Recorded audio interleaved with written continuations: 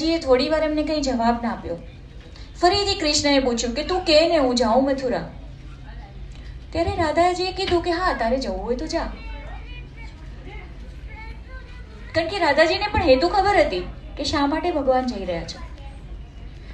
તો ભગવાને કીધું કે છેલ્લી વાર તો મારી સામે જોઈને વાત કર કે હવે તો હું જવાનો છું, ખબર નહીં આપણે જિંદગીમાં ક્યારેય નહીં મળીએ. તો એણે કીધું કે જો હું તારી સામે જોઈશ ને તો હું મારા પ્રેમ, જે તારા માટે મારો પ્રેમ છે ને, એનાથી હું ક્યાંક મને એવું લાગશે કે હું તને રોકી લઈશ. અને જ્યારે હું અને જો હું તને જવા દઈશ તો હું એના માટે જવાબદાર થઈશ કે મેં તને તારી જવાબદારી પૂરી કરવા માટે મુક્ત કરી દીધો. ત્યારે ભગવાને કીધું કે જો તે મારી સામે જોઈ લીધું હોત ને તો મારા માટે અશક્ય હતું મથુરા જવું.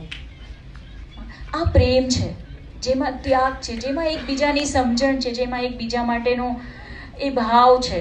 નહીં ક્યાંય માલિકીપણું નથી, ક્યાંય પણ એ બે વ્યક્તિત્વમાં, એ બે અસ્તિત્વમાં ક્યાંય આપણે માલિકીપણું નથી જોવા મળતું.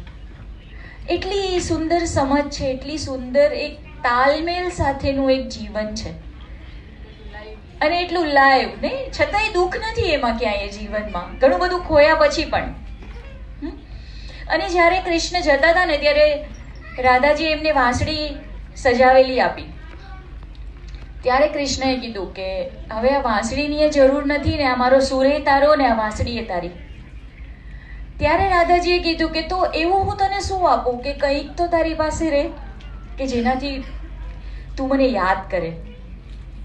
ત્યારે કૃષ્ણએ કીધું કે આપણે નાના હતા ને, હું જે સુદર્શનથી રમતો હતો ને એ લઈ આવ, કારણ કે હવે મને વાંસળીની જરૂર નથી, હવે તો મારે શંખ ફૂંકવાનો સમય છે. અને ત્યારે એ સુદર્શન પણ રાધાજીએ જ આપેલું કૃષ્ણને. નહીં, એ ભક્તિ શું શીખવે છે કે જ્યારે સમય એવો આવે, જ્યારે સમાજ એવો બદલાય, ત્યારે ખાલી ભક્તિના માર્ગથી લોકોને બદલવા અશક્ય થઈ જાય તો જીવનમાં ક્યારેક એ કડકપણું પણ બતાડવું પડે. એ પણ ભક્તિનો એક પર્યાય છે. નહીં, ભક્તિ ખાલી એવું નથી કે એમની યાદમાં રોતા રહેવું ને કંઈ ના કરવું, બિલકુલ નહીં. ભક્તિ એ છે કે આંખમાંથી આંસુ છે ને હાથમાં એમનું કર્મ છે, એ ભક્તિ છે જીવનમાં. આપણે કેવું માની બેઠા છીએ ભક્તિ એટલે ખાલી બસ એમની યાદમાં રડ્યા કરવું અને કર્મવિહીન થઈ જવું. ના, એ બિલકુલ નથી. નહીં, ભગવાનના પણ અંદર એ અશ્રુ છે રાધિકા માટે અને હાથમાં એ સુદર્શન છે. અને પછી એ દ્વારિકા ગયા ત્યાંથી. અને જ્યારે દ્વારિકા ગયા અને થોડો સમય થયો ત્યારે એક દિવસ એણે ઉદ્ધવને કીધું કે ઉદ્ધવ, આજે મને મારું ગોકુળ બહુ યાદ આવે છે. ઉદ્ધવ જ્ઞાની હતા એટલે એમણે ભગવાનને જ્ઞાન આપવાનું શરૂ કર્યું અને કીધું કે હવે એ ગોકુળે તમને શું આપ્યું? પેલા તમારા મિત્રો જે તમને માખણની ચોરી કરતા શીખાડતા, તમારી માતા યશોદા તો તમને મારવા આવતી, હવે ત્યાં બીજું છે શું? તમે માખણ લૂંટતા ને ચોરી કરતા ને ગોપીઓ તમને નચાવતી, માખણ માટે તમને નચાવતી, હવે તમને ગોકુળ શું કામ યાદ આવે છે? એટલો તો વૈભવ છે તમારી પાસે આજે. ત્યારે એણે કીધું કે ઉદ્ધવ, એક કામ કર, તું ગોકુળ જા અને ગોપીઓને મળ, રાધાને મળ અને મારો સંદેશો આપજે કે હું એ લોકોને બહુ યાદ કરું છું. એટલે ઉદ્ધવજી ગયા ગોકુળ અને જ્યારે ગોકુળમાં પગ મૂક્યો ત્યારે બહુ બધા કૃષ્ણના સખાઓ ત્યાં બેઠા હતા. ઉદ્ધવજી એમને પૂછ્યું કે પેલી રાધા ક્યાં છે? મારે એમને મળવું છે. ત્યારે સખાઓએ જે જવાબ આપ્યો ને ઉદ્ધવજીને કે આ તમને પાણીનો જે રેલો દેખાય છે ને એ પૂરો થાય અને જે આંખ આવે ને એ રાધા છે. જ્યારથી કૃષ્ણ મથુરા ગયા છે ને આ પાણીનો રેલો છે ને ક્યારેય સુકાણો નથી. હર ક્ષણ એ એમની યાદમાં છે. અને જ્યારે કૃષ્ણ રાધાને મળે છે, પેલા ગોપીઓને મળે છે અને પૂછે છે રાધા ક્યાં છે, ત્યારે કહે છે કે જો પેલી પીઠ ફરીને ઊભી છે ને એ રાધા છે.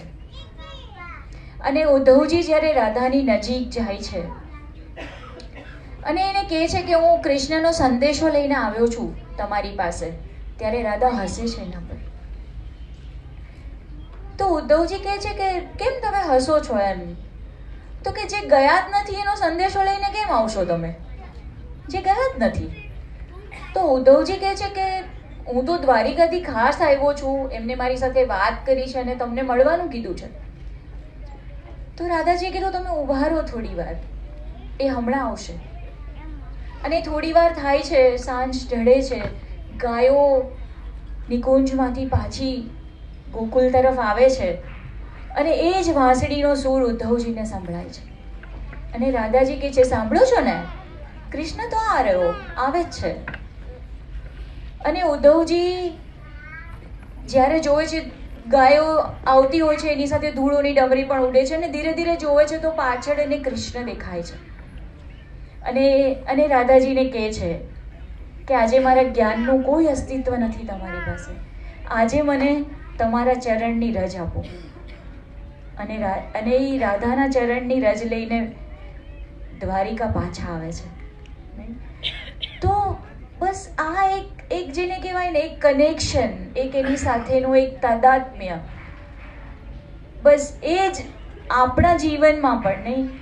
કારણ કે કેવું છે કે રાધા હંમેશા અનુભવવાની એક શક્તિ છે ને. કદાચ આપણે ગમે તેટલું સાંભળીશું પણ જ્યારે એને અનુભવમાં લાવીશું ને, બસ એના થતાં આપણે બહાર નહીં લાગે ને. એક બહુ જ સરસ ભજન આપણે નહીં ફરીથી સાંભળીએ. એક ભજન અને પછી એક છેલ્લો પ્રસંગ, બસ. હા,